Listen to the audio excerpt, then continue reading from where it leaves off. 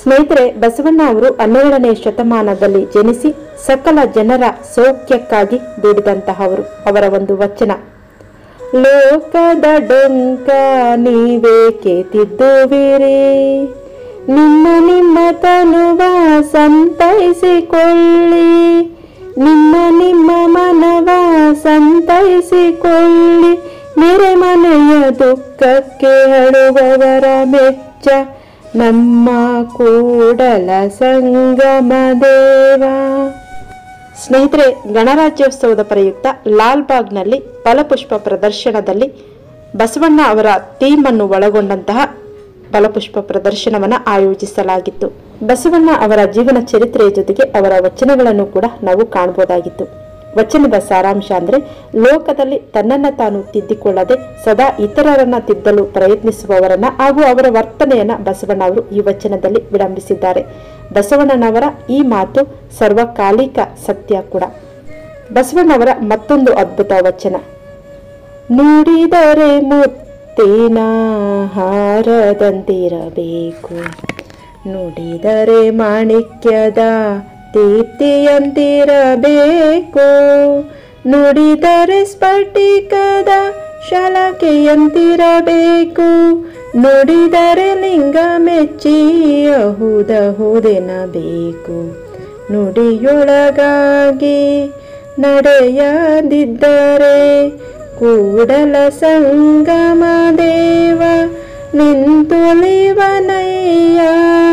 ಬಸವಣ್ಣ ಅವರ ಈ ಅದ್ಭುತ ಒಂದು ವಚನದ ಸಾರಾಂಶವನ್ನು ಕೂಡ ನೋಡೋಣ. ನುಡಿದರೆ ಮುತ್ತಿನ ಹಾರದಂತೆ ಇರಬೇಕು ಎನ್ನುವ ಸಾಲಿನಲ್ಲಿ ಮುತ್ತು ಒಂದು ಮೌಲ್ಯಯುತವಾದ ವಸ್ತು, ಅಂದರೆ ಅದಕ್ಕೆ ಬೇರೆ ಕ್ರಿಯಾ ವರ್ತನೆ ಇಲ್ಲ. ಅದು ಹೇಗೆ ಸಿಗುತ್ತದೆಯೋ ಹಾಗೆಯೇ ಅದನ್ನು ಹಾರ ಮಾಡುವಲ್ಲಿ ಉಪಯೋಗಿಸುತ್ತೇವೆ. ಏಕೆಂದರೆ ಅದು ತಯಾರಾಗುವ ಪ್ರಕ್ರಿಯೆಯೇ ಅಂದರೆ ಪ್ರೋಸೆಸ್ ಅತ್ಯಂತ ಕಠಿಣವಾಗಿ ಇರುತ್ತೆ ಮತ್ತು ಸಿಗುವಂತಹದ್ದು ಸಮುದ್ರದ ಆಳದಲ್ಲಿ. ಬಸವಣ್ಣ ಅವರ ಮತ್ತೊಂದು ಅದ್ಭುತ ವಚನ, ಉಳ್ಳವರು ಶಿವಾಲಯವ ಮಾಡುವರು, ಉಳ್ಳವರು ಶಿವಾಲಯವ ಮಾಡುವರು, ನಾನೇನ ಮಾಡುವೆ ಬಡವನಯ್ಯ, ನಾನೇನ ಮಾಡುವೆ ಬಡವನಯ್ಯ, ಎನ್ನ ಕಾಲೇ ಕಂಬವಯ್ಯ, ದೇಹವೇ ದೇಗುಲವಯ್ಯ, ಶಿರವೇ ವನ್ನ ಕಲಶವಯ್ಯ, ಕೂಡಲ ಸಂಗಮ ದೇವ ಕೇಳಯ್ಯ, ಸ್ಥಾವರ ಕಳಿವುಂಟು ಜಂಗಮ ಕಳಿವಿಲ್ಲ. ಈ ವಚನದ ಸಾರಾಂಶ ಅಂದ್ರೆ, ಹಣವನ್ನು ಹೊಂದಿರುವಂತಹವರು ಶಿವನ ದೇವಾಲಯಗಳನ್ನು ನಿರ್ಮಾಣ ಮಾಡ್ತಾರೆ.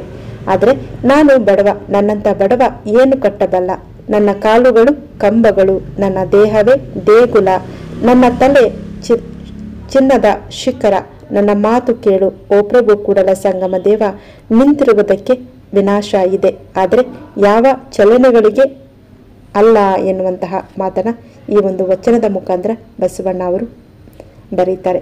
ಹೀಗೆ ಒಂದಕ್ಕಿಂತ ಒಂದು ಅದ್ಭುತ ಅತ್ಯದ್ಭುತ ಬಸವಣ್ಣ ಅವರ ವಚನಗಳು, ಸಾರಾಂಶದಲ್ಲೂ ಅರ್ಥದಲ್ಲೂ ಹಾಗೇನೆ. ಸ್ನೇಹಿತರೆ, ಅಂತಹ ವಚನಗಳನ್ನು ರಚನೆ ಮಾಡಿದ ಬಸವಣ್ಣ ಅವರ ಜೀವನ ಚರಿತ್ರೆಯನ್ನು ಒಳಗೊಂಡಂತಹ ಫಲಪುಷ್ಪ ಪ್ರದರ್ಶನದಲ್ಲಿ ನಾವು ಈಗ ಒಳಗಡೆ ಹೋಗ್ತಾ ಇದ್ವಿ. ಬನ್ನಿ ಗ್ಲಾಸ್ ಹೌಸ್ ಒಳಗಡೆ ಹೋಗೋಣ.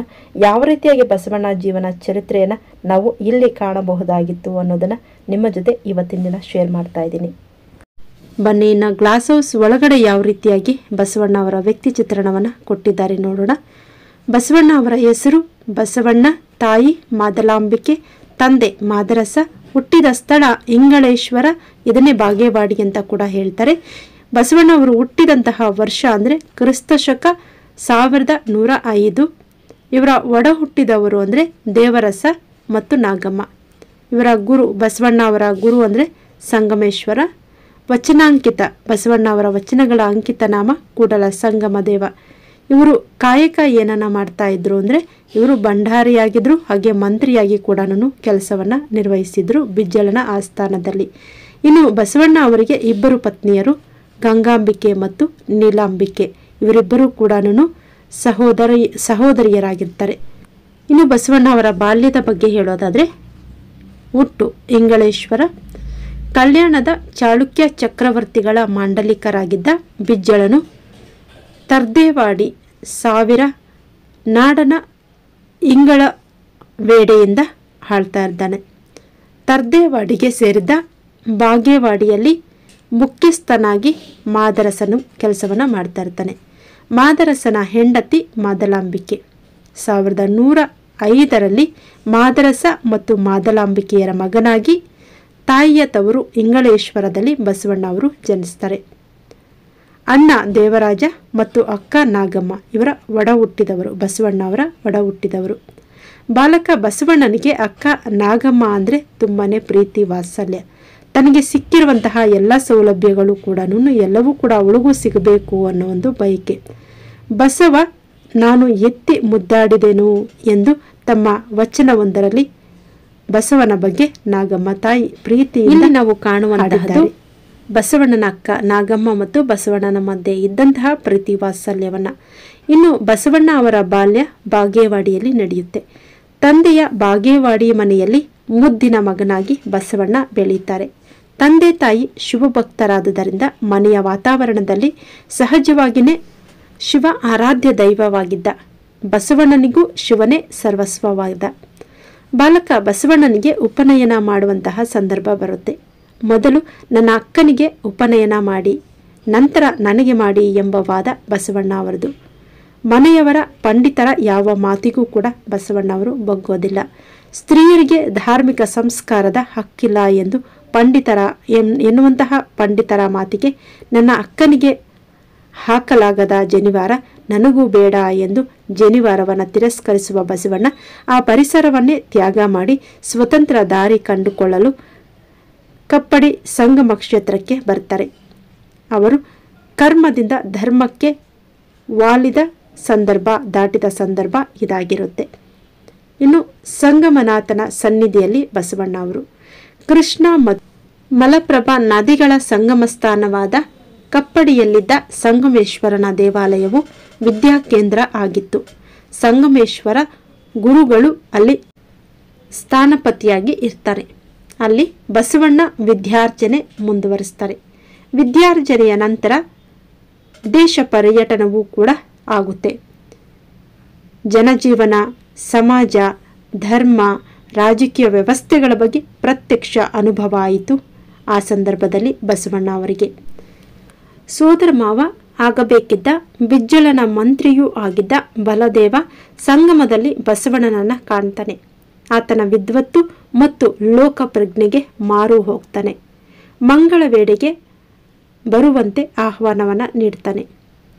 ಪ್ರತಿಭಾ ಸಂಪನ್ನನೂ ದೈವಿಕ ವ್ಯಕ್ತಿತ್ವದವನೂ ಆಗಿದ್ದ ಸೋದರಳಿಯನಲ್ಲಿ ಬಲದೇವನಿಗೆ ಒಬ್ಬ ದಕ್ಷ ಆಡಳಿತಗಾರ ಹಾಗೂ ತನ್ನ ಮಗಳು ಗಂಗಾಂಬಿಕೆಗೆ ತಕ್ಕ ವರ ಎಂಬುದನ್ನು ಕಾಣ್ತಾರೆ.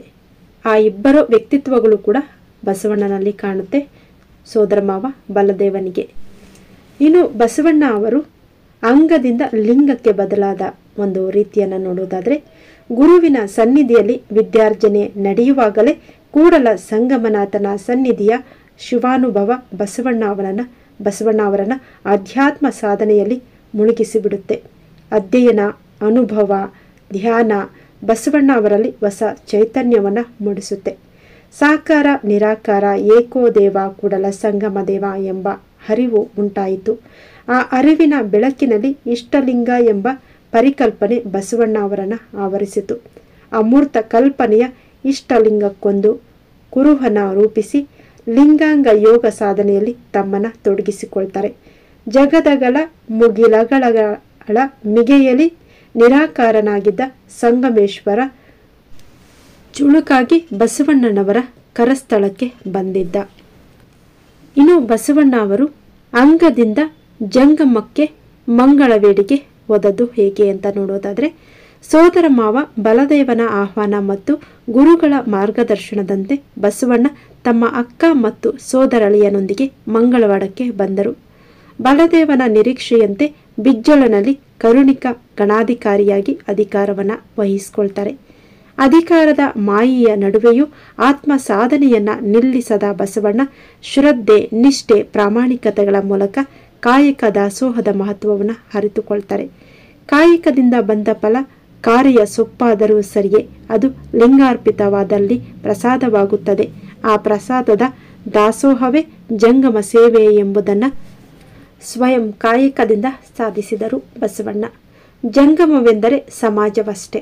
ಆ ಸಮಾಜ ಸೇವೆಯ ಅಂಗವಾಗಿ ವರ್ಣಭೇದ, ವರ್ಗಭೇದ, ಲಿಂಗಭೇದಗಳನ್ನು ನಿರಾಕರಿಸುವಂತಹ ಸಮಾನತೆಯ ಕ್ರಮಗಳನ್ನು ಬಸವಣ್ಣ ಪಾಲಿಸತೊಡಗುತ್ತಾರೆ.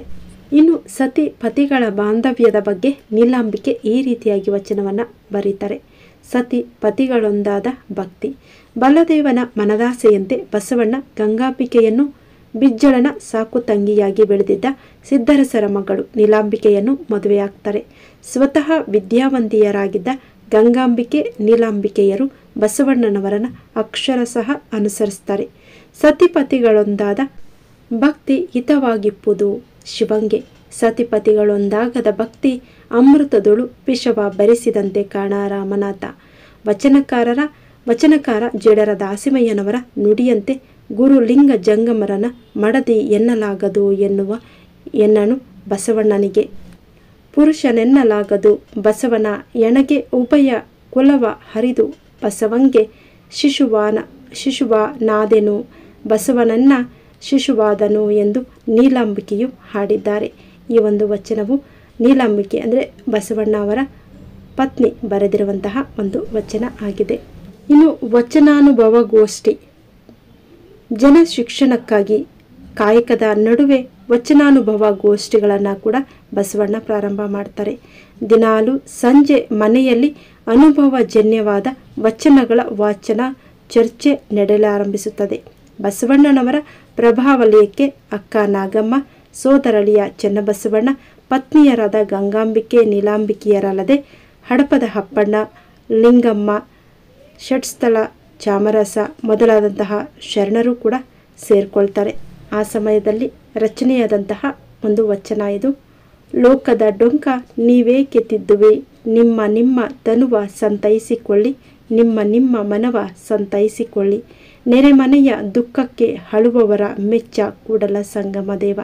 ಅಂದರೆ ಲೋಕದ ಡಂಕನ್ನು ನೀವ್ಯಾಕೆ ತಿದ್ದಕ್ಕೆ ಹೋಗ್ತಿದ್ದೀರಾ, ಲೋಕದಲ್ಲಿ ನಡೆಯುವಂತಹ ತಪ್ಪುಗಳನ್ನು ನೀವ್ಯಾಕೆ ತಿದ್ದಕ್ಕೆ ಹೋಗ್ತಾ ಇದ್ದೀರಾ, ನಿಮ್ಮ ಮನವನ್ನು ನಿಮ್ಮ ಮನಸ್ಸನ್ನು ಸಂತೈಸಿಕೊಳ್ಳಿ, ನಿಮ್ಮ ಮನವನ್ನು ಸಂತೈಸಿಕೊಳ್ಳಿ. ನೆರೆಮನೆಯ ಒಂದು ದುಃಖಕ್ಕೆ, ಪಕ್ಕದ ಮನೆಯವರ ದುಃಖಕ್ಕೆ ಯಾರು ಹಳದೇ ಇರ್ತಾರೋ ಅವರನ್ನು ದೇವರು ಕೂಡ ಮೆಚ್ಚೋದಿಲ್ಲ ಅನ್ನುವಂಥ ವಚನವನ್ನು ರಚನೆ ಮಾಡ್ತಾರೆ. ಇನ್ನು ಬಸವಣ್ಣನವರು ಇಂತಹ ಹೊಸತನದ ಮಾತುಗಳು ಸಹಸ್ರಾರು ಜನರನ್ನು ಅವರೆಡೆಗೆ ಆಕರ್ಷಣೆ ಮಾಡುತ್ತೆ. 12ನೇ ಶತಮಾನದಲ್ಲಿದ್ದಂತಹ ಮೂಢನಂಬಿಕೆಗಳನ್ನು ಹಾಗೆಯೇ ಒಂದು ಕೆಟ್ಟ ಒಂದು ವಿಚಾರಗಳನ್ನು ಬಸವಣ್ಣ ಅವರು ತಮ್ಮ ವಚನಗಳ ಮೂಲಕ ತಿದ್ದೋದಕ್ಕೆ ಪ್ರಯತ್ನ ಮಾಡ್ತಾರೆ. ಇನ್ನು ಬಸವಣ್ಣ ಅವರು ಕಲ್ಯಾಣದತ್ತ ನಡೆದಂತಹ ಘಟನೆಗಳು ಇವು. ರಾಜಕೀಯ ಮೇಲಾಟದಲ್ಲಿ ಮಾಂಡಲಿಕ ಮಾತ್ರನಾಗಿದ್ದ ಬಿಜ್ಜಳನು ಚಾಳುಕ್ಯ ಸಾಮ್ರಾಜ್ಯದ ಸಿಂಹಾಸನವನ್ನು ಏರುತ್ತಾನೆ. ತನ್ನ ಜೊತೆಯಲ್ಲಿ ಬಸವಣ್ಣ ಅವರನ್ನು ಕೂಡ ಕಲ್ಯಾಣಕ್ಕೆ ಕರೆತರ್ತಾನೆ. ಅವರು ಕಲ್ಯಾಣದತ್ತ ಹೊರಟಿದ್ದ ಒಂದು ಸ್ವಯಂ ಸಾಂಕೇತಿಕ ರೂಪಕ. ಬಸವಣ್ಣನವರೊಬ್ಬರೇ ಕಲ್ಯಾಣದತ್ತ ಸಾಗಲಿಲ್ಲ, ಜೊತೆಗೆ ಇಡೀ ಮನುಕುಲವನ್ನೇ ಕಲ್ಯಾಣದ ಒಂದು ದಾರಿಗೆ ಬಸವಣ್ಣ ಆಹ್ವಾನಿಸುತ್ತಾರೆ. ಕಲ್ಯಾಣದಲ್ಲಿ ಬಿಜ್ಜಳನ ಭಂಡಾರದ ಮಂತ್ರಿಯಾಗಿ ಕಾರ್ಯನಿರ್ವಹಿಸ್ತಾರೆ. ಕಾಯಕ ಅಂದರೆ ಶ್ರಮ, ದಾಸೋಹ ಅಂದರೆ ವಿತರಣೆ, ಪರಿಕಲ್ಪನೆಯಿಂದ ವರ್ಗ, ವರ್ಣ, ಜಾತಿ, ಲಿಂಗ, ಮೇಲು ಕೀಳು ಎಂಬ ತರತಮ ಭಾವಗಳ ನಿರ್ಮೂಲನಾ ಕಾರ್ಯಕ್ರಮವನ್ನು ಕಲ್ಯಾಣದಲ್ಲೂ ಕೂಡ ಬಸವಣ್ಣ ಅವರು ಮುಂದುವರಿಸ್ತಾರೆ. ಗುರು ಲಿಂಗ ಜಂಗಮ ಸೇವೆಯಿಂದ ಕೇವಲ ಭಂಡಾರದ ಮಂತ್ರಿಯಾಗದೆ ಭಕ್ತಿ ಭಂಡಾರಿ ಬಸವಣ್ಣನವರು ಆಗುತ್ತಾರೆ. ಸಾಮಾಜಿಕ ಸಮಾನತೆಗೆ ಅಗತ್ಯವಾಗಿದ್ದ ಆರ್ಥಿಕ ಸಮಾನತೆಯನ್ನು ಸಾಧಿಸುವ ಪ್ರಾಮುಖ್ಯತೆಯನ್ನು ಪ್ರತಿಪಾದಿಸ್ತಾರೆ. ಉಪೇಕ್ಷೆಗೆ ಒಳಗಾಗಿದ್ದ ಸಮಾಜ ಶುದ್ಧಿಯನ್ನು ಬಸವಣ್ಣ ಅವರು ಸಾಧಿಸ್ತಾರೆ. ವ್ಯಕ್ತಿ ಶುದ್ಧಿಯಿಂದಲೇ ಸಮಾಜ ಶುದ್ಧಿ ಎಂಬುದು ಬಸವ ತತ್ವದ ತಿರುಳಾಗಿತ್ತು. ಇನ್ನು ಮಹಾಮನೆ ದಾಸೋಹ ಪ್ರಸಾದ ಯಾವ ರೀತಿಯಾಗಿ ಇತ್ತು ಅಂತ ನೋಡೋದಾದರೆ, ಬಸವಣ್ಣ ಆಧ್ಯಾತ್ಮಿಕ ಉನ್ನತಿ ಸಾಧಿಸುವುದರ ಜೊತೆಗೆ ಆಡಳಿತದಲ್ಲಿಯೂ ಕೂಡ ಅತ್ಯುನ್ನತ ಪ್ರಗತಿ ಸಾಧಿಸಿ ಬಿಜ್ಜಳನ ಪ್ರಧಾನಮಂತ್ರಿ ಆಗ್ತಾರೆ. ವಚನಾನುಭವ ಗೋಷ್ಠಿ ಕಲ್ಯಾಣದಲ್ಲೂ ಕೂಡ ಮುಂದುವರಿಯುತ್ತೆ. ಬಸವಣ್ಣ ಅವರನ್ನು ಅನುಸರಿಸಿ ಬರುವ ಶರಣರ ಗುಂಪು ದೊಡ್ಡದಾಗುತ್ತಾ ಬಸವಣ್ಣನವರ ಮನೆ ಮಹಾಮನೆಯಾಗುತ್ತದೆ. ಕಲ್ಯಾಣಕ್ಕೆ ಪ್ರವೇಶಿಸುವವರು ಬಂದ ದಾರಿಯೇ ಬಂದವರ ಓಣಿ ಎಂದು ಹೆಸರಾಗುತ್ತದೆ. ಎಲ್ಲ ವರ್ಗದ ಎಲ್ಲ ಕಾಯಕದ ಶರಣರು ಕೂಡ ಒಂದಾಗಿ ತಮ್ಮ ಕೆಲಸವನ್ನು ತಾವೇ ಮಾಡಿಕೊಳ್ಳುತ್ತಾ ಸಾಮೂಹಿಕ ಜೀವನ ನಡೆಸುತ್ತಾ ವಿಚಾರ ಮಂಥನ ನಡೆಸ್ತಾರೆ. ಸಂಗಮ ಬಸವಣ್ಣನ ಮಹಾಮನೆಗೆ ನಮೋ ನಮಃ ಎಂದು ಬದುಕಿದೆನು ಎಂದು ಸಿದ್ದರಾಮ ವಚನವೊಂದರಲ್ಲಿ ಹಾಡ್ತಾರೆ. ಸ್ವಯಂ ಕಾಯಕ, ಸಾಮೂಹಿಕ ದಾಸೋಹ, ಸಾಮೂಹಿಕ ಜೀವನ ಶರಣರ ಜೀವನ ಪದ್ಧತಿಯಾಗುತ್ತದೆ. ಇದರಿಂದ ಬಸವಣ್ಣ ಮುಂದೆ ಅನುಭವ ಮಂಟಪದ ಬಗ್ಗೆ ಯೋಚಿಸುವಂತೆ ಕೂಡ ಆಗುತ್ತೆ. ಬಸವಣ್ಣ ಮೃತ್ಯು ಲೋಕಕ್ಕೆ ಬಂದು ಮಹಾಮನೆಯ ಕಟ್ಟಿ ಭಕ್ತಿ ಜ್ಞಾನವೆಂಬ ಜ್ಯೋತಿಯ ನೆತ್ತಿ ತೋರಲು ಸುಜ್ಞಾನವೆಂಬ ಪ್ರಭೆ ಪಸರಿಸಿತಯ್ಯ ಜಗದೊಳಗೆ ಅಂತ ಚನ್ನಬಸವಣ್ಣ ಅವರು ಆ ಒಂದು ಸಮಯವನ್ನು ಕುರಿತು ವಚನವನ್ನ ಈ ರೀತಿಯಾಗಿ ಬರೀತಾರೆ. ಆ ಸಂದರ್ಭದಲ್ಲಿ ಅನುಭವ ಮಂಟಪ ಯಾವ ರೀತಿಯಾಗಿ ಇತ್ತು ಅಂತ ನೋಡೋದಾದ್ರೆ, ಕಲ್ಯಾಣದಲ್ಲಿದ್ದ ತ್ರಿಪುರಾಂತಕ ಕೆರೆಯ ಬದಿಯಲ್ಲಿ ವಿಶಾಲವಾದ ಕಟ್ಟಡವೊಂದನ್ನು ನಿರ್ಮಿಸಲಾಯಿತು. ಶರಣರ ಅನುಭವ ಮಂಟಪ ಮಂಥನ ನಡೆಸುವ ಸ್ಥಳವಾದ್ದರಿಂದ ಅದಕ್ಕೆ ಅನುಭವ ಮಂಟಪ ಎಂದು ಹೆಸರನ್ನು ಇಡಲಾಯಿತು. ಮುಕ್ತವಾದಂತಹ ಚಿಂತನೆ ಮತ್ತು ಸ್ವತಂತ್ರ ಅಭಿವ್ಯಕ್ತಿಗೆ ಅಲ್ಲಿ ವರ್ಗ, ಜಾತಿ, ಲಿಂಗ ಭೇದವಿಲ್ಲದೆ ಅವಕಾಶ ದೊರೆಯುತ್ತಾ ಇತ್ತು. ಶರಣರ ಸ್ವ ಅನುಭವಗಳೇ ಆಗಿದ್ದ ವಚನಗಳನ್ನು ಅನುಭವ ಮಂಟಪದಲ್ಲಿ ಚರ್ಚೆಯ ನಿಕಷಕ್ಕೊಳಪಡಿಸಲಾಗ್ತಾ ಇತ್ತು. ವಚನ ವಿಚಾರಗಳು ಶರಣರ ನಡುವೆ ಮೊದಲು ಅನುಷ್ಠಾನಗೊಂಡು ನಂತರ ಜನಬಳಕೆಗೆ ಬರ್ತಾ ಇದ್ವು. ವಚನಗಳು ಮಾತು ಮತ್ತು ಹಾಡುವಿಕೆ ಮೂಲಕ ಜನಸಾಮಾನ್ಯರ ನಡುವೆ ಪ್ರಸಾರಗೊಳ್ತಾ ಇದ್ವು. ಪ್ರಾರಂಭದಲ್ಲಿ ಅನುಭವ ಮಂಟಪಕ್ಕೆ ಮುಖ್ಯಸ್ಥರೆಂಬುವವರೇ ಇರಲಿಲ್ಲ. ಸಮರ್ಥರೊಬ್ಬರಿಗಾಗಿ ಬಸವಣ್ಣ ಕಾಯ್ತಾ ಇದ್ರು. ಹಲವು ವರ್ಷಗಳ ನಂತರ ಅಲ್ಲಮಪ್ರಭು ಬಸವಣ್ಣ ಅವರ ಕೋರಿಕೆಯ ಮೇರೆಗೆ ಅನುಭವ ಮಂಟಪದ ಮೊದಲ ಅಧ್ಯಕ್ಷರಾಗ್ತಾರೆ. ಅವರ ನಂತರ ಸಿದ್ದರಾಮ ಮತ್ತು ಚನ್ನಬಸವಣ್ಣ ಅಧ್ಯಕ್ಷರಾಗುತ್ತಾರೆ. ಶರಣ ಬಸವಣ್ಣನ ಕೃಪೆಯಿಂದ ಪ್ರಭುದೇವರ ನಿಜವನರದು ನಿಶ್ಚಿಂತರಾದರಯ್ಯ ಶಿವಗಣಂಗಳೆಲ್ಲರೂ ಅಂತ ಚನ್ನಬಸವಣ್ಣ ಒಂದು ವಚನದ ಮೂಲಕ ಈ ರೀತಿಯಾಗಿ ತಮ್ಮ ಅನಿಸಿಕೆಯನ್ನು ವ್ಯಕ್ತಪಡಿಸ್ತಾರೆ. ಇನ್ನು ಬಸವಣ್ಣ ಅವರು ಕಲ್ಯಾಣದ ಬೆಳಕು ಯಾವ ರೀತಿಯಾಗಿ ಆದರು ಅಂತ ನೋಡೋದಾದ್ರೆ, ಬಸವಣ್ಣ ಅವರು ಅನುಭವ ಮಂಟಪ ಸ್ಥಾಪನೆ ಮಾಡಿದಾಗ ನಾಡಿನ ಎಲ್ಲೆಡೆಯಿಂದ ಆಗಮಿಸಿದವರೆಲ್ಲ ಶರಣೆಯರೆನಿಸ್ಕೊಳ್ತಾರೆ. ಅವರೆಲ್ಲ ಬಸವ ಧರ್ಮ ಸಮಾಜ ಸಂಸ್ಕೃತಿಯ ಜೀವಾಳವಾಗಿರ್ತಾರೆ. ಅಲ್ಲಮ್ಮ ಪ್ರಭುದೇವರ ಅಧ್ಯಕ್ಷತೆಯಲ್ಲಿ ಅಖಂಡ 27 ವರುಷಗಳ ಕಾಲ ಅನುಭವ ಗೋಷ್ಠಿ ಜರುಗಿ ಲಕ್ಷ ವಚನಗಳು ರಚನೆಯಾಗ್ತವೆ. ಲಕ್ಷದ ಮೇಲಣ 96,000 ಜಂಗಮರು ಅಖಂಡ ಭಾರತವನ್ನು ಸಂಚರಿಸಿ ಬಸವಗುರು ಪ್ರಣೀತ ಇಷ್ಟಲಿಂಗ ಪರಂಪರೆಯ ಹೊಸ ಧರ್ಮದ ಪ್ರಚಾರವನ್ನು ಮಾಡ್ತಾರೆ. ಕನ್ಯಾಕುಮಾರಿಯಿಂದ ಕಾಶ್ಮೀರದವರೆಗೆ ಬಸವಾದಿ ಶರಣರ ವಚನ ಸಂದೇಶ ತಲುಪುತ್ತೆ. ಆ ಒಂದು ಸಮಯದಲ್ಲಿ ಅಲ್ಲಮ ಪ್ರಭುಗಳು ರಚನೆ ಮಾಡಿರುವಂತಹ ಒಂದು ವಚನ ಇದು. ಕಲ್ಯಾಣವೆಂಬ ಪ್ರಣತೆಯಲ್ಲಿ ಭಕ್ತಿ ರಸವೆಂಬ ತೈಲವನೆರೆದು ಆಚಾರವೆಂಬ ಬತ್ತಿಯಲ್ಲಿ ಬಸವಣ್ಣನೆಂಬ ಜ್ಯೋತಿಯ ಮುಟ್ಟಿಸಲು ತೊಲಗಿ ಬೆಳಗುತ್ತಿದ್ದ ತಯ್ಯ ಶಿವನ ಪ್ರಕಾಶ. ಆ ಬೆಳಕಿನೊಳಗೆ ಒಪ್ಪುತ್ತಿದ್ದರಯ್ಯ ಅಸಂಖ್ಯಾತ ಭಕ್ತಿಗಣಗಳು. ಶಿವಭಕ್ತರಿದ್ದ ಕ್ಷೇತ್ರವೇ ಅವಿಮುಕ್ತ ಕ್ಷೇತ್ರವೆಂಬುದು ಹುಸಿಯೇ. ಶಿವಭಕ್ತರಿದ್ದ ದೇಶ ಪಾವನವೆಂಬುದು ಹುಸಿಯೇ. ಗುಹೇಶ್ವರ ಲಿಂಗದಲ್ಲಿ ಎನ್ನ ಪರಮಾರಾಧ್ಯ ಸಂಗಮ ಬಸವಣ್ಣನ ಕಂಡು ಬದುಕಿದೆನು ಕಾಣ ಸಿದ್ದರಾಮಯ್ಯ ಅಂತ ಅಲ್ಲಮ ಪ್ರಭುಗಳು ತಮ್ಮ ವಚನದಲ್ಲಿ ವ್ಯಕ್ತಪಡಿಸಿದ್ದಾರೆ. ಇನ್ನು ಬಸವಣ್ಣನ ಆ ಕಾಲದಲ್ಲಿ ಕಾಯಕವೇ ಕೈಲಾಸ ಯಾವ ರೀತಿಯಾಗಿ ಇತ್ತು ಅಂತ ನೋಡೋದಾದ್ರೆ, ಶರಣ ಸಮುದಾಯದಲ್ಲಿ ಬಹುತೇಕ ಎಲ್ಲ ಕಾಯಕದವರು ಕೂಡ ಇದ್ರು. ಕಾಯಕವೇ ಅವರ ಸಾಧನೆಗೆ ಮೊದಲ ಮೆಟ್ಟಿಲಾಗಿತ್ತು. ಯಾವ ಕಾಯಕವೂ ಮೇಲಲ್ಲ, ಯಾವ ಕಾಯಕವೂ ಕೀಳಲ್ಲ ಎಂಬುದು ಸಾಮಾನ್ಯ ತಿಳುವಳಿಕೆಯಾಗಿತ್ತು. ಅದರಿಂದ ಕಾಯಕವೇ ಕೈಲಾಸ ಎಂಬ ನಾಣ್ಣುಡಿ ಕೂಡ ಬಳಕೆಗೆ ಬರುತ್ತೆ. ರಾಜ, ಅಧಿಕಾರಿ, ರೈತ, ನೇಕಾರ, ಅಂಬಿಗ, ಮಡಿವಾಳ, ಕ್ಷೌರಿಕ, ಮಾದಾರ, ಸಮಗಾರ, ಕಮ್ಮಾರ, ಕುಂಬಾರ, ಚಮ್ಮಾರ, ಬೀದಿ ಗುಡಿಸುವವ ಹೀಗೆ ಸಕಲೆಂಬು ಕಾಯಕಗಳೆಲ್ಲ ಕೂಡ ಸಮಾನವೇ. ನಿಷ್ಠೆಯಿಂದ ಮಾಡುವ ಯಾವುದೇ ಕಾಯಕ ಶಿವ ದರ್ಶನದಷ್ಟೇ ಸಾರ್ಥಕ ಎಂಬ ನಂಬಿಕೆಯಿಂದಾಗಿ ಅದು ಸಾಕಷ್ಟು ಜನರಲ್ಲಿ ಮನ ಪರಿವರ್ತನೆಗೆ ಕಾರಣ ಕೂಡ ಆಗುತ್ತೆ. ಕಳ್ಳತನ ಮಾಡುತ್ತಿದ್ದವ ಅದನ್ನು ತಪ್ಪೆಂದು ಭಾವಿಸಿ ಅದನ್ನು ಬಿಟ್ಟು ಸಾತ್ವಿಕ ಬದುಕಿನಿಂದ ಶರಣನಾಗುತ್ತಾನೆ. ಇಂತಹ ಉದಾಹರಣೆಗಳು ನೂರಾರು ನಮಗೆ ದೊರೆಯುತ್ತವೆ. ಬಸವಣ್ಣ ಅರುಹಿದ ಈ ಕಾಯಕದ ಮಹತ್ವವನ್ನು ಜನಪದ ಪ್ರತಿಭೆ ಕಾಯಕದ ಕಲಿಸುವುದಕ ನಾಯಕನು ಬಸವಯ್ಯ ಎಂದು ಗ್ರಹಿಸಿರುವುದನ್ನು ನಾವು ಕಾಣಬಹುದು. ಬಸವಣ್ಣ ಅವರ ಒಂದು ವಚನ ಇಲ್ಲಿ ನೋಡಬಹುದು. ಕಾಯಕಕ್ಕೆ ಸಂಬಂಧಪಟ್ಟಂತೆ ಕಾಸಿ ಕಮ್ಮಾರನಾದ, ಬೀಸಿ ಮಡಿವಾಳನಾದ, ಹಾಸಿ ನಿಕ್ಕಿ ಸಾಲಿಗನಾದ, ವೇದವನೋದಿ ಹಾರುವವನಾದ, ಕರ್ಣದಲ್ಲಿ ಜನಿಸಿದವರುಂಟೆ ಜಗದೊಳಗೆ, ಇದು ಕಾರಣ ಕೂಡಲ ಸಂಗಮ ದೇವ ಲಿಂಗ ಸ್ಥಳವನ್ನರಿದವನೇ ಕುಲಜನು ಅಂತ ಬಸವಣ್ಣ ಅವರು ಹೇಳ್ತಾರೆ. ಆ ಒಂದು ಜಾತಿ ಪದ್ಧತಿಯನ್ನು ಹೋಗಲಾಡಿಸುವಂತಹ ಒಂದು ಪ್ರಯತ್ನ ವಚನಗಳಲ್ಲಿ ಈ ರೀತಿಯಾಗಿ ಬಸವಣ್ಣ ಅವರು ಕ್ರಾಂತಿಯನ್ನೇ ಉಂಟು ಮಾಡುತ್ತಾರೆ. ಎಲ್ಲ ಕಾಯಕಗಳು ಕೂಡ ಶ್ರೇಷ್ಠ. ಅವರವರು ತಮ್ಮ ಕಾಯಕವನ್ನು ನಿಷ್ಠೆಯಿಂದ ಮಾಡಿದಾಗ ಅದು ಶಿವನು ಉಳಿಸುವ ಒಂದು ಮಾರ್ಗ ಎನ್ನುವಂತಹ ಮಾತನ್ನು ಅದ್ಭುತವಾಗಿಯೇ ಹೇಳ್ತಾರೆ ಬಸವಣ್ಣ ಅವರು 12ನೇ ಶತಮಾನದಲ್ಲಿ. ಇನ್ನು ಬಸವಣ್ಣನ ಕಾಯಕ ದಾಸೋಹ ಯಾವ ರೀತಿಯಾಗಿ ಇತ್ತು ಅಂತ ನೋಡೋದಾದರೆ, ಪ್ರತಿಯೊಂದು ಜೀವಿಯೂ ಕೂಡ ಮುಖ್ಯ, ಪ್ರತಿಯೊಬ್ಬ ಪ್ರಜೆಯೂ ಕೂಡ ಮುಖ್ಯ. ಪ್ರತಿಯೊಬ್ಬರು ಅನ್ನ ಅರಿವೆ ಆಶ್ರಯ ಅಂದರೆ ಮನೆ, ಅರಿವು ಅಂದರೆ ಶಿಕ್ಷಣ ಮತ್ತು ಆರೋಗ್ಯವನ್ನು ಹೊಂದಲು ಆರ್ಥಿಕ ಸದೃಢತೆ ಹೊಂದಿರಬೇಕು ಎಂಬುದು ಬಸವಣ್ಣ ಅವರ ನೀತಿ. ಅದಕ್ಕಾಗಿ ಅವರು ಆರಿಸಿಕೊಂಡ ಮಾರ್ಗ ಕಾಯಕ ದಾಸೋಹ. ಕಾಯಕ ಅಂದರೆ ಪ್ರತಿಯೊಬ್ಬರೂ ಸತ್ಯ ಶುದ್ಧ ಕಾಯಕವನ್ನು ಮಾಡಲೇಬೇಕು. ತನ್ನ ಕೈಲಾದ ತನಗಿಷ್ಟವಾದ ಕೆಲಸವನ್ನು ಮಾಡಿ ಉತ್ಪಾದಕನಾಗುವುದು ಕಾಯಕದ ಸಿದ್ಧಾಂತ ಆಗಿತ್ತು. ಆ ಕಾಯಕದಲ್ಲಿ ಮೇಲು ಕೀಳು ಎಂಬುದು ಇಲ್ಲ. ರಾಜನಾದರೂ ಒಂದೇ, ಸೇವಕನಾದರೂ ಒಂದೇ. ಈ ರೀತಿಯಾಗಿ ಬಸವಣ್ಣ ಅವರು ಕಾಯಕದ ಮಹತ್ವವನ್ನು ತಿಳಿಸ್ತಾರೆ. ಇನ್ನು ದಾಸೋಹ ಅಂದರೆ ವ್ಯಕ್ತಿಗಳಿಂದ ಒಂದು ಸಮಾಜವಾಗುತ್ತದೆ. ಆ ಸಮಾಜ ಆರೋಗ್ಯವಾಗಿ ಇರಬೇಕು ಅಂದರೆ ವೃಷ್ಟಿ ಸಮಷ್ಟಿಯಾಗಬೇಕು. ಅಂದರೆ ಕಾಯಕದಿಂದ ಗಳಿಸಿದ ವೈಯಕ್ತಿಕ ದುಡಿಮೆ ಭಾಗಶಃ ಸಮಾಜಕ್ಕೆ ಅರ್ಪಿತವಾಗಬೇಕು. ಹಂಚಿ ಉಂಡರೆ ಹಸಿವಿಲ್ಲ ಎಂಬ ನಾಣ್ಣುಡಿಯಂತೆ ಕಾಯಕದಿಂದ ಗಳಿಸಿದ್ದರಲ್ಲಿ ತನ್ನ ಅಗತ್ಯಕ್ಕೆ ಬೇಕಾದಷ್ಟು ಉಳಿಸಿಕೊಂಡು ಮಿಕ್ಕಿದ್ದನ್ನು ಸಮಾಜಕ್ಕೆ ಹಂಚುವುದು ಬಸವಣ್ಣ ಅವರು ಇಂದಿಗೂ ಕೂಡ ಪ್ರಸ್ತುತ.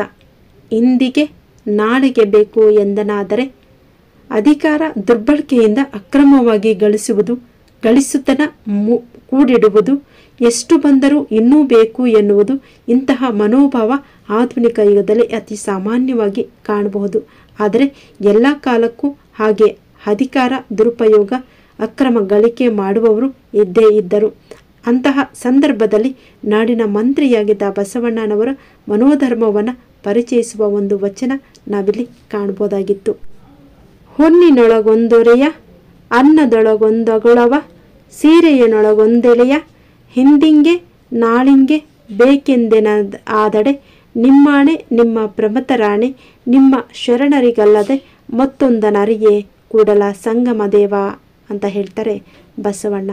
ಇಲ್ಲಿ ಹೊನ್ನಿನ ಒಂದು ಕೂಡಿಡುವಿಕೆ ಇರಬಹುದು, ಅಥವಾ ಅನ್ನದೊಳಗೆ ಒಂದಗಳನ್ನು ಎತ್ತಿಡುವುದಾಗಿರ್ಬೋದು, ಸೀರೆಯೊಳಗೆ ಒಂದು ಎಲೆಯನ್ನು ಎತ್ತಿಡುವುದಾಗಿರಬೇಕು. ಅದು ಇವತ್ತಿಗೆ ನಾಳೆಗೆ ಬೇಕೆಂದು ಎನ್ನುವುದಾದರೆ, ನಿಮ್ಮಾಣೆ ನಿಮ್ಮ ಪ್ರಮತರಾಣೆ ನಿಮ್ಮ ಶರಣರಿಗಲ್ಲದೆ ಮತ್ತೊಂದನ್ನು ನಾನು ಅರಿಯೇ ಕೂಡಲ ಸಂಗಮ ದೇವ ಎಂಬುದಾಗಿ ಬಸವಣ್ಣ ಅವರು ಹೇಳ್ತಾರೆ. ನಾವು ಹೊನ್ನಿರ್ಬೋದು, ಅನ್ನ ಇರ್ಬೋದು, ಅಥವಾ ನಾವು ಉಡುವಂತಹ ಬಟ್ಟೆ ಇರ್ಬೋದು, ಇವತ್ತಿಗೆ ಅಥವಾ ನಾಳೆಗೆ ಬೇಕು ಅಂತ ಎತ್ತಿಡೋದಾದರೆ ಅದು ಇಡುವಂತಹದ್ದು ಶರಣರಿಗೆ ಮಾತ್ರ, ಮತ್ತೊಂದಕ್ಕೆ ನಾನು ಯಾವತ್ತಿಗೂ ಕೂಡಿಡುವುದಿಲ್ಲ ಎನ್ನುವಂತಹ ಮಾತನ್ನು ಬಸವಣ್ಣ ಅವರು ವಚನದ ಮೂಲಕ ಈ ರೀತಿಯಾಗಿ ಹೇಳ್ತಾರೆ. ಇನ್ನು ಬಸವಣ್ಣ ಅವರು ದಯವೇ ಧರ್ಮದ ಮೂಲವಯ್ಯ ಅಂತಾರೆ. ದೇವರು, ಮುಕ್ತಿ, ಮಾರ್ಗ, ಧರ್ಮ, ಧಾರ್ಮಿಕ ಆಚರಣೆಗಳು ಪ್ರತಿಯೊಬ್ಬರಿಗೂ ಕೂಡ ಸಮಾನವಾಗಿ ಇರಬೇಕು, ಸರಳವಾಗಿ ಇರಬೇಕು, ಶೋಷಣೆಯಿಂದ ಮುಕ್ತವಾಗಿ ಇರಬೇಕು. ವರ್ಗ, ಜಾತಿ, ಲಿಂಗ ಭೇದವಿಲ್ಲದೆ ಎಲ್ಲರಿಗೂ ಸಮಾನ ಅವಕಾಶವಿರಬೇಕು ಎಂಬ ವಿಶಾಲ ತಳಹದಿಯ ಮೇಲೆ ಸಮಾನತೆಯ ಸಂಕೇತವಾದ ಇಷ್ಟಲಿಂಗ ಧಾರಣೆ ಮತ್ತು ಅನುಷ್ಠಾನದ ಮೂಲಕ ಲಿಂಗವಂತ ಧರ್ಮ ಪ್ರಚಾರಕ್ಕೆ ಬರುತ್ತೆ. ಲಿಂಗಾಚಾರ, ಸದಾಚಾರ, ಶಿವಾಚಾರ, ಗಣಾಚಾರ, ಭೃತ್ಯಾಚಾರ ಎಂಬ ಆಚಾರಗಳನ್ನು ಅಳವಡಿಸಿಕೊಳ್ಳಲಾಯಿತು. ದಯವೇ ಧರ್ಮದ ಮೂಲ ಎಂಬುದನ್ನು ಒಪ್ಪಿಕೊಳ್ಳಲಾಯಿತು. ಬಸವಣ್ಣನವರು ತಮ್ಮ ಅದೊಂದು ವಚನದಲ್ಲಿ ಈ ರೀತಿಯಾಗಿ ಹೇಳ್ತಾರೆ. ದಯವಿಲ್ಲದ ಧರ್ಮವದಾವುದಯ್ಯ, ದಯವೇ ಬೇಕು ಸರ್ವ ಪ್ರಾಣಿಗಳೆಲ್ಲರಲ್ಲಿ, ದಯವೇ ಧರ್ಮದ ಮೂಲವಯ್ಯ ಎಂದು ಹಾಡಿದ್ದಾರೆ ಬಸವಣ್ಣ ಅವರು ತಮ್ಮ ವಚನಗಳ ಮುಖಾಂತರ. ಇನ್ನು ಅನುಭವ ಮಂಟಪದ 2ನೇ ಅಧ್ಯಕ್ಷರಾಗಿರ್ತಾರೆ ಸಿದ್ದರಾಮ ಅವರು. ಇವರ ಹುಟ್ಟೂರು ಸೊನ್ನಲಿಗೆ, ಇದು ಸೊಲ್ಲಾಪುರ ಇರ್ತಕ್ಕಂಥದ್ದು, ಮಹಾರಾಷ್ಟ್ರದಲ್ಲಿ ಇರ್ತಕ್ಕಂತಹದ್ದು ಈಗ. ಇನ್ನು ಇವರ ಕಾಯಕ ಅಂದರೆ ಕರೆಕಟ್ಟೆ ನಿರ್ಮಾಣ ಮಾಡುವಂತಹದ್ದು. ಅಂಕಿತ ನಾಮ ಅಂದರೆ ಕಪಿಲಸಿದ್ಧ ಮಲ್ಲಿಕಾರ್ಜುನ ಅಥವಾ ಯೋಗಿನಾಥ ಎನ್ನುವಂತಹದ್ದು ಸಿದ್ದರಾಮರ ಒಂದು ವಚನಗಳ ಅಂಕಿತ ನಾಮ ಆಗಿತ್ತು. ಇನ್ನು ವಚನಾನುಭವ ಗೋಷ್ಠಿ ಯಾವ ರೀತಿಯಾಗಿತ್ತು ಅಂದರೆ, ಬಸವಣ್ಣ ತನ್ನ ವಚನಗಳನ್ನು ಆಸಕ್ತರ ಮುಂದೆ ವಾಚಿಸಿ ಚರ್ಚೆ ಮಾಡುವುದನ್ನು ಮೊದಲು ತನ್ನ ಮನೆಯಲ್ಲಿ ಪ್ರಾರಂಭ ಮಾಡ್ತಾರೆ. ಇದರಿಂದ ಎಲ್ಲ ಕಾಯಕದ ಶ್ರೀಸಾಮಾನ್ಯರು ಬಸವಣ್ಣನ ಎಡೆಗೆ ಆಕರ್ಷಿತರಾಗ್ತಾರೆ. ಇದೇ ಮುಂದೆ ಅನುಭವ ಮಂಟಪವಾಗಿ ರೂಪುಗೊಳ್ಳಲು ಕಾರಣ ಆಗುತ್ತೆ. ಇನ್ನು ಬಸವಣ್ಣ ಅವರು ಸ್ಥಾವರ ಕಳಿವುಂಟು ಅಂದರು. ಹಾಗಂದ್ರೆ ಏನು? ವ್ಯಕ್ತಿ ಶುದ್ಧಿಯಿಂದ ಸಮಾಜ ಶುದ್ಧಿ ಎಂಬುದು ಮೊದಲಿನಿಂದಲೂ ಬಸವಣ್ಣನವರ ವಿಚಾರ ಆಗಿರುತ್ತೆ. ವ್ಯಕ್ತಿ ಮತ್ತು ಸಮಾಜದ ನಡುವೆ ಮಧ್ಯವರ್ತಿಗಳನ್ನು ಬಸವಾದಿ ಶರಣರು ಸ್ಪಷ್ಟವಾಗಿ ನಿರಾಕಾರ ಮಾಡ್ತಾರೆ. ವ್ಯಕ್ತಿ ಶುದ್ಧಿಗಾಗಿ ಗುರು ಲಿಂಗ ಜಂಗಮ, ಹಾಗೆಯೇ ಸಮಾಜ ಶುದ್ಧಿಗಾಗಿ ಕಾಯಕ ದಾಸೋಹ ಇವು ಅವರ ಮಾರ್ಗವಾಗಿದ್ದವು. ಆ ನಿಟ್ಟಿನಲ್ಲಿ ಆಧ್ಯಾತ್ಮ ಸಾಧನೆಗೆ ಮಧ್ಯವರ್ತಿಗಳಂತೆ ವ್ಯವಹರಿಸುತ್ತಿದ್ದ ಪೂಜಾರಿ ಪುರೋಹಿತರು, ಕಲ್ಲು ದೇವರು, ದೇವಾಲಯ ವ್ಯವಸ್ಥೆ ಎಲ್ಲವನ್ನು ಕೂಡ ನಿರಾಕರಿಸ್ತಾರೆ. ಈ ಎಲ್ಲವನ್ನು ಘನೀಕರಿಸಿ ಬಸವಣ್ಣ ಅವರು ತಮ್ಮದೊಂದು ವಚನದಲ್ಲಿ ಈ ರೀತಿಯಾಗಿ ಬರೀತಾರೆ. ಉಳ್ಳವರು ಶಿವಾಲಯ ಮಾಡಿಹರು, ನಾನೇನು ಮಾಡುವೆ ಬಡವನಯ್ಯ, ಎನ್ನ ಕಾಲೆ ಕಂಬ ದೇಹವೇ ದೇಗುಲ, ಶಿರಹೊನ್ನ ಕಲಶವಯ್ಯ, ಕೂಡಲ ಸಂಗಮ ದೇವ ಕೇಳಯ್ಯ, ಸ್ಥಾವರ ಕಳಿವುಂಟು ಜಂಗಮ ಕಳಿವುಲ್ಲ ಎಂದು ಹಾಡ್ತಾರೆ ತಮ್ಮ ವಚನಗಳ ಮುಖಾಂತರ ಬಸವಣ್ಣ ಅವರು. ಇನ್ನು ಬಸವನ ಬಾಗೇವಾಡಿ ಬಗ್ಗೆ ಹೇಳೋದಾದರೆ, ಬಸವಣ್ಣನವರ ತಂದೆ ಮಾದರಸರ ಊರು ಈ ಬಸವನ ಬಾಗೇವಾಡಿ. ಬಸವಣ್ಣನವರ ಬಾಲ್ಯ ಇಲ್ಲಿ ಕಳೀತಾರೆ. ಇನ್ನು ಬಸವ ಸ್ಮಾರಕವನ್ನು ಈಗ ನಾವು ಇಲ್ಲಿ ಕಾಣಬಹುದಾಗಿದೆ. ಬಸವ ಸ್ಮಾರಕವನ್ನು ಈ ಬಸವನ ಬಾಗೇವಾಡಿಯಲ್ಲಿ ನಿರ್ಮಾಣ ಮಾಡಲಾಗಿದೆ. ನೋಡ್ತಾ ಇರೋದು ಬಸವ ಸ್ಮಾರಕವನ್ನು. ಬಸವಣ್ಣ ಅವರು ತಮ್ಮ ಬಾಲ್ಯವನ್ನು ಕಳೆದಂತಹ ಊರಿನಲ್ಲಿ ಬಸವನ ಬಾಗೇವಾಡಿಯಲ್ಲಿ ಈ ಒಂದು ಸ್ಮಾರಕವನ್ನು ನಾವು ಕಾಣಬಹುದು. ಬಸವಣ್ಣನ ತಂದೆ ಮಾದರಸರ ಊರು ಇದಾಗಿತ್ತು ಬಸವನ ಬಾಗೇವಾಡಿ. ಬಸವಣ್ಣ ಅವರು ತಮ್ಮ ಬಾಲ್ಯವನ್ನು ಕಳೆದದ್ದು ತನ್ನ ತಂದೆಯ ಊರಾದಂತಹ ಬಸವನ ಬಾಗೇವಾಡಿಯಲ್ಲಿ. ಈಗ ನಾವಿಲ್ಲಿ ಸ್ಮಾರಕವನ್ನು ಕಾಣಬಹುದು. ಇನ್ನು ಬಸವಣ್ಣ ಅವರ ಐಕ್ಯ ಮಂಟಪ. ಕಲ್ಯಾಣ ಕ್ರಾಂತಿಯಾದ ನಂತರ ಬಸವಣ್ಣ ಕೂಡಲ ಸಂಗಮ ಕ್ಷೇತ್ರಕ್ಕೆ ಮರಳಿ ಬರ್ತಾರೆ. ಇಲ್ಲಿಯೇ ತಮ್ಮ ಅಂತಿಮ ದಿನಗಳನ್ನು ಕಳೀತಾರೆ. ನಂತರ ಅವರ ಕುರುಹಾಗಿ, ಅದರ ಒಂದು ಕುರುಹಾಗಿ ಈ ಐಕ್ಯ ಮಂಟಪವನ್ನು ಕೂಡಲ ಸಂಗಮದಲ್ಲಿ ನಿರ್ಮಿಸಲಾಗಿದೆ. ಫಲಪುಷ್ಪ ಪ್ರದರ್ಶನದಲ್ಲಿ ಬಸವಣ್ಣ ಅವರು ಐಕ್ಯಗೊಂಡಂತಹ ಸ್ಥಳವನ್ನು ಈ ಒಂದು ಫಲಪುಷ್ಪ ಪ್ರದರ್ಶನದಲ್ಲಿ ನಾವು ಕಾಣಬಹುದಾಗಿತ್ತು. ಇದೇನೆ ಬಸವಣ್ಣ ಅವರು ಕಡೆಯ ದಿನಗಳನ್ನು ಕಳೆದಂತಹ ಒಂದು ಜಾಗ, ಐಕ್ಯ ಮಂಟಪವನ್ನು ನಾವಿಲ್ಲಿ ನೋಡ್ತಾ ಇದ್ದೀವಿ. ಈ ಐಕ್ಯ ಮಂಟಪವನ್ನು ನಾವು ಕೂಡಲ ಸಂಗಮದಲ್ಲಿ ಕಾಣಬಹುದು. ಇನ್ನು ಇಂಗಳೇಶ್ವರದ ಬಗ್ಗೆ ಹೇಳೋದಾದರೆ, ಇದು ಇರುವಂತಹದ್ದು ಬಿಜಾಪುರ ಜಿಲ್ಲೆಯಲ್ಲಿ. ಈ ಒಂದು ಇಂಗಳೇಶ್ವರ ಬಸವಣ್ಣನವರ ತಾಯಿ ಮಾದಲಾಂಬಿಕೆಯ ತವರೂರು. ಬಸವಣ್ಣನವರ ಜನ್ಮಸ್ಥಳ ಈ ಒಂದು ಇಂಗಳೇಶ್ವರ. ಇದರ ಸ್ಮಾರಕವನ್ನು ನಾವೀಗ ಕಾಣ್ಬೋದು. ಇದು ಇರುವಂತಹದ್ದು ಬಿಜಾಪುರ ಜಿಲ್ಲೆಯಲ್ಲಿ. ನಾವು ಫಲಪುಷ್ಪ ಪ್ರದರ್ಶನದಲ್ಲಿ ಅದರ ಮಾದರಿಯನ್ನು ಕೂಡ ಕಾಣ್ಬೋದಾಗಿತ್ತು. ಇಂಗಳೇಶ್ವರದಲ್ಲಿರ್ತಕ್ಕಂತಹ ಬಸವಣ್ಣನವರ ತಾಯಿ ಮಾದಲಾಂಬಿಕೆಯ ಒಂದು ಜನ್ಮಸ್ಥಳ ಇದು. ಮಾದಲಾಂಬಿಕೆಯ ಒಂದು ಊರು. ಇಲ್ಲೇನೆ ಬಸವಣ್ಣ ಅವರು ಹುಟ್ಟಿದ್ದು. ಇನ್ನು ಬಸವಣ್ಣನವರ ತಾಯಿ ಮಾದಲಾಂಬಿಕೆಯರ ತವರು ಮನೆ ಸ್ಮಾರಕ ಇದು ಇರುವಂತಹದ್ದು ಇಂಗಳವಾಡಿಯಲ್ಲಿ. ಆ ಒಂದು ಚಿತ್ರವನ್ನು ಕೂಡ ನಾವಿಲ್ಲಿ ನೋಡ್ತಾ ಇದ್ದೀವಿ. ಇನ್ನು ನಾವಿಲ್ಲಿ ನೋಡ್ತಾ ಇರೋದು ನವೀಕೃತಗೊಂಡಂತಹ ಬಸವಣ್ಣನವರ ಐಕ್ಯ ಮಂಟಪ. ಇದು ಸುರಕ್ಷಿತಗೊಂಡ ಬಸವಣ್ಣನವರ ಐಕ್ಯ ಮಂಟಪ. ಇದು ನೀರಲ್ಲಿ ಮುಳುಗ್ತಾ ಇದ್ದಂತಹ ಒಂದು ಐಕ್ಯ ಮಂಟಪ ಆಗಿದ್ದು, ಆ ಕಾರಣಕ್ಕೆ ಇದನ್ನು ಸುರಕ್ಷಿತವಾಗಿ ಐಕ್ಯ ಮಂಟಪವನ್ನು ನಿರ್ಮಾಣ ಮಾಡಿರೋದನ್ನ ಕಾಣ್ತಾ ಇದ್ದೀವಿ ಚಿತ್ರದಲ್ಲಿ. ಬಸವಣ್ಣ ಅವರ ಒಂದು ಸಪ್ತ ಶೀಲಗಳು ಸಂವಿಧಾನಕ್ಕೆ ದಾರಿದೀಪ ಕೂಡ ಆಗಿವೆ. ವ್ಯಕ್ತಿ ಶುದ್ಧಿಯ ಸಾಧನೆಗಾಗಿ ಮನುಷ್ಯನಿಗೆ ಸ್ವಯಂ ಶೀಲಗಳಿರಬೇಕು. ಬಸವಣ್ಣ ಅವರು ಸಾರಿರುವ ಅಂತಹ 7 ಶೀಲಗಳು ಇವು: ಕಲಬೇಡ, ಕೊಲಬೇಡ, ಹುಸಿಯ ನುಡಿಯಲು ಬೇಡ, ಮುನಿಯಬೇಡ, ಅನ್ಯರಿಗೆ ಅಸಹ್ಯ ಪಡಬೇಡ, ತನ್ನ ಬಣ್ಣಿಸಬೇಡ, ಇದರ ಹಳಿಯಲು ಬೇಡ. ಇದೇ ಅಂತರಂಗ ಶುದ್ಧಿ, ಇದೇ ಬಹಿರಂಗ ಶುದ್ಧಿ, ಇದೇ ನಮ್ಮ ಕೂಡಲ ಸಂಗಮ ದೇವನೊಲಿಸುವಂತಹ ಪರಿ. ವಚನದ ಸಾರಾಂಶ ಅಂದರೆ ಕಳ್ಳತನ, ಕೊಲೆ, ಸುಳ್ಳು, ಕೋಪ, ಅನ್ಯರ ಬಗೆಗಿನ ಅಸಹ್ಯ, ಸ್ವಪ್ರಶಂಸೆ ಮತ್ತು ಪರನಿಂದನೆ ಈ 7 ಅವಗುಣಗಳನ್ನು ತ್ಯಜಿಸುವುದು ಮನುಷ್ಯನ ಆಧ್ಯಾತ್ಮ ಸಾಧನೆಗೆ ಮೆಟ್ಟಿಲುಗಳಾಗಿರುವಂತೆ ಒಂದು ದೇಶದ ನಿರ್ಮಾಣಕ್ಕೂ ಅತ್ಯಗತ್ಯವಾಗಿ ಬೇಕಿರುವಂತಹವು. ಇಂದಿನ ಭಾರತದ ಸಂವಿಧಾನ ರಚನೆಯಲ್ಲಿ ಈ ತತ್ವಗಳು ಪ್ರಧಾನ ಪಾತ್ರ ವಹಿಸಿರುವುದನ್ನು ನಾವು ನೋಡಬಹುದಾಗಿದೆ. ನಾವಿಲ್ಲಿ ಚಿತ್ರದಲ್ಲಿ ನೋಡ್ತಾ ಇರೋದು ಬಸವಣ್ಣ ಅವರ ಜನ್ಮಸ್ಥಳ ಬಾಗೇವಾಡಿಯಲ್ಲಿರ್ತಕ್ಕಂತಹ ಒಂದು ಸ್ಮಾರಕ. ಇನ್ನು ಮಾತಿನ ಬಗ್ಗೆ ಬಸವಣ್ಣ ಮತ್ತು ಅಲ್ಲಮ್ಮ ಪ್ರಭುಗಳು ಬರೆದಿರುವಂತಹ ವಚನಗಳನ್ನು ನೋಡೋಣ. ನುಡಿದರೆ ಮುತ್ತಿನ ಹಾರದಂದಿರಬೇಕು, ಮಾತೆಂಬುದು ಜ್ಯೋತಿರ್ಲಿಂಗ, ಸ್ವರವೆಂಬುದು ಪರತತ್ವ, ತಾಳೋಷ್ಟ ಸಂಪುಟವೆಂಬುದು ನಾದ ಬಿಂದು ಕಲಾತೀತ, ಗುಹೇಶ್ವರನ ಶರಣರು ನುಡಿದು ಸೂತಕಗಳಲ್ಲ.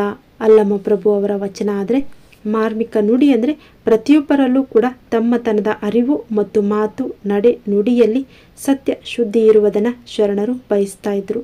ಇನ್ನು ಬಸವಣ್ಣ ಅವರು ಏನು ಹೇಳ್ತಾರೆ? ನುಡಿದರೆ ಮುತ್ತಿನ ಹಾರದಂತಿರಬೇಕು, ನುಡಿದರೆ ಮಾಣಿಕ್ಯದ ದೀಪ್ತಿಯಂತಿರಬೇಕು, ನುಡಿದರೆ ಸ್ಫಟಿಕದ ಶಲಾಕೆಯಂತಿರಬೇಕು, ನುಡಿದಡೆ ಲಿಂಗ ಮೆಚ್ಚಿ ಅಹುದಹುದು ಎನ್ನಬೇಕು, ನುಡಿಯೊಳಗಾಗಿ ನಡೆಯದಿದ್ದರೆ ಕೂಡಲ ಸಂಗಮ ದೇವನು ಹೇಗೆ ಒಲಿಯುತ್ತಾನೆ, ಕೂಡಲ ಸಂಗಮ ದೇವನು ನೆಂತುಳಿವನಯ್ಯ ಅಂತ ಒಂದು ಮಾತಿನ ಮಹತ್ವವನ್ನು ಕುರಿತು ಬಸವಣ್ಣವರು ಈ ರೀತಿಯಾಗಿ ವಚನವನ್ನು ರಚನೆ ಮಾಡ್ತಾರೆ. ಇನ್ನು ಸಮಕಾಲೀನ ಶರಣರಾದಂತಹ ದುಗ್ಗಳೆ ಮತ್ತು ದಾಸಿಮಯ್ಯನವರ ವಚನ ಬಸವಣ್ಣ ಅವರ ಬಗ್ಗೆ ಈ ರೀತಿಯಾಗಿ ಹೇಳುತ್ತೆ: ಭಕ್ತನಾದಡೆ ಬಸವಣ್ಣನಂತಾಗಬೇಕು, ಜಂಗಮನಾದಡೆ ಪ್ರಭುದೇವರಂತಾಗಬೇಕು, ಯೋಗಿಯಾದಡೆ ಸಿದ್ದರಾಮಯ್ಯನಂತಾಗಬೇಕು, ಭೋಗಿಯಾದಡೆ ಚೆನ್ನಬಸವಣ್ಣನಂತಾಗಬೇಕು, ಐಕ್ಯನಾದಡೆ ಅಜಗಣನಂತಾಗಬೇಕು. ಇಂಥವರ ಕಾರುಣ್ಯ ಪ್ರಸಾದವ ಕೊಂಡು ಸತ್ತ ಹಾಗಿರಬೇಕಲ್ಲದೆ ತತ್ವದ ಮಾತು ಎನಗೆ ಕಯ್ಯ, ದಾಸಯ್ಯ ಪ್ರಿಯ ರಾಮನಾಥ ಎಂಬುದಾಗಿ ರಚನೆ ಮಾಡ್ತಾರೆ. ಮುಂದುವರಿತಾ ಹೇಳ್ತಾರೆ: ಒಡಲುಗೊಂಡವ ಹಸಿವ, ಒಡಲುಗೊಂಡವ ಹುಸಿವ, ಒಡಲುಗೊಂಡವನೆಂದು ನೀನೆನ್ನ ಜರಿದೊಮ್ಮೆ ನುಡಿಯದಿರು, ನೀನೆನ್ನಂತೆ ಒಮ್ಮೆ ಒಡಲುಗೊಂಡು ನೋಡ ರಾಮನಾಥ. ಅಂದರೆ ಒಡಲುಗೊಂಡವ ಅಂದರೆ ಹೊಟ್ಟೆ ಹಸಿವಿಂದ ಕಂಗಾಲಾಗಿರುವಂತಹ ವ್ಯಕ್ತಿ ಸುಳ್ಳನ್ನು ಹೇಳ್ತಾನೆ. ಒಡಲುಗೊಂಡವ ಹುಸಿವ ಸುಳ್ಳನ್ನು ಹೇಳ್ತಾನೆ. ಒಡಲುಗೊಂಡವನೆಂದು ನೀನು ಹೊಟ್ಟೆ ಇಲ್ಲದವನೆಂದು, ಹೊಟ್ಟೆ ಹಸಿದವನೆಂದು ನೀನು ಜರಿಬೇಡ. ನೀನೊಮ್ಮೆ ಅಂತಹ ಹೊಟ್ಟೆ ಹಸಿವನ್ನು ತಡೆದು ನೋಡು, ಹೊಟ್ಟೆ ಹಸಿವನ್ನು ಹೊಂದಿ ನೋಡು. ಆಗ ನಿನಗೆ ಆ ಒಂದು ಬಡತನದ ಒಂದು ಬಡತನದ ಒಂದು ಕಷ್ಟ ನಿನಗೆ ಅರ್ಥ ಆಗುತ್ತೆ. ಆಗ ನೀನು ಆ ಒಂದು ತಪ್ಪನ್ನು ಎತ್ತಿ ತೋರುವುದಿಲ್ಲ ಅಥವಾ ಅಂತಹ ಬಡತನವನ್ನು ಜರಿಯುವುದಿಲ್ಲ ಎನ್ನುವಂತಹ ಮಾತನ್ನು ಇಲ್ಲಿ ವಚನಗಳ ಮೂಲಕ ಸ್ನೇಹಿತರೆ ಮತ್ತಷ್ಟು ವಚನಗಳನ್ನು ಕೂಡ ನಾವು ಈ ಫಲಪುಷ್ಪ ಪ್ರದರ್ಶನದಲ್ಲಿ ಕಾಣಬಹುದಾಗಿತ್ತು. ಅವುಗಳನ್ನು ಕೂಡ ನೋಡಿ. ಇದಾಗಿದೆ ಸ್ನೇಹಿತರೆ 215ನೇ ಫಲಪುಷ್ಪ ಪ್ರದರ್ಶನದಲ್ಲಿ ಬಸವಣ್ಣ ಅವರ ಜೀವನವನ್ನು ಆಧರಿಸಿದಂತಹ ಘಟನೆಗಳನ್ನು ಚಿತ್ರಿಸುವಂತಹ ಅದ್ಭುತವಾದಂತಹ ಒಂದು ಪ್ರಯತ್ನ. ಬಸವಣ್ಣ ಅವರು ಲಿಂಗೈಕ್ಯವಾದಂತಹ ಸ್ಥಳ ಇರಬಹುದು, ಅಥವಾ ಬಸವಣ್ಣನವರ ಒಂದು ಮುಂದಾಳತ್ವದಲ್ಲಿ ನಡೆದಂತಹ ಅನುಭವ ಮಂಟಪ ಇರಬಹುದು, ಬಸವಣ್ಣ ಅವರು ಹುಟ್ಟಿ ಬೆಳೆದಂತಹ ಇಂಗಳೇಶ್ವರ ಜಾಗದ ಒಂದು ಪರಿಚಯ ಇರಬಹುದು. ಹಾಗೆಯೇ ಅದ್ಭುತ ವಚನಗಳ ಜೊತೆಗೆ ಬಸವಣ್ಣ ಅವರ ಸಮಕಾಲೀನ ವಚನಕಾರರ ಒಂದು ಪರಿಚಯ ಕೂಡ ಈ ಒಂದು ಫಲಪುಷ್ಪ ಪ್ರದರ್ಶನದಲ್ಲಿ ನಡೆದಿತ್ತು. ಹಾಗೆಯೇ ಸಮಕಾಲೀನ ಶರಣರ ಜೊತೆಯಲ್ಲಿ ಬಸವಣ್ಣ ಅವರನ್ನು ನಾವು ಯಾವ ರೀತಿಯಾಗಿ ಕಾಣಬಹುದಾಗಿತ್ತು. ಹಾಗೆಯೇ ಸಮಕಾಲೀನ ಒಂದು ಶರಣರು ಬಸವಣ್ಣ ಅವರ ಬಗ್ಗೆ ಯಾವ ರೀತಿಯಾಗಿ ತಮ್ಮ ಅಭಿಪ್ರಾಯವನ್ನು ವಚನಗಳ ಮುಖಾಂತರ ವ್ಯಕ್ತಪಡಿಸಿದ್ದಾರೆ ಅದನ್ನು ನೋಡ್ಬೋದಾಗಿತ್ತು. ಹಾಗೆಯೇ ಆಧುನಿಕ ಕವಿಗಳ ದೃಷ್ಟಿಯಲ್ಲಿ ಬಸವಣ್ಣ ಅವರು ಯಾವ ರೀತಿಯಾಗಿ ಕಾಣಿಸ್ತಾರೆ. ಎಲ್ಲವನ್ನೂ ಕೂಡ ಅದ್ಭುತವಾಗಿಯೇ ಆಯೋಜನೆ ಮಾಡಿದ್ರು ತೋಟಗಾರಿಕಾ ಇಲಾಖೆಯವರು ಈ ಬಾರಿಯ ಫಲಪುಷ್ಪ ಪ್ರದರ್ಶನದಲ್ಲಿ. ಆ ವಿಡಿಯೋ ಇಷ್ಟ ಆಗಿದೆ ಅಂತ ಭಾವಿಸ್ತಾ ವಿಡಿಯೋವನ್ನು ಮುಕ್ತಾಯ ಮಾಡ್ತಾ ಇದ್ದೀನಿ. ಮತ್ತೆ ಭೇಟಿಯಾಗೋಣ ಮತ್ತೊಂದು ಹೊಸ ವಿಷಯದೊಂದಿಗೆ ಮುಂದಿನ ವಿಡಿಯೋದಲ್ಲಿ. ಧನ್ಯವಾದಗಳು.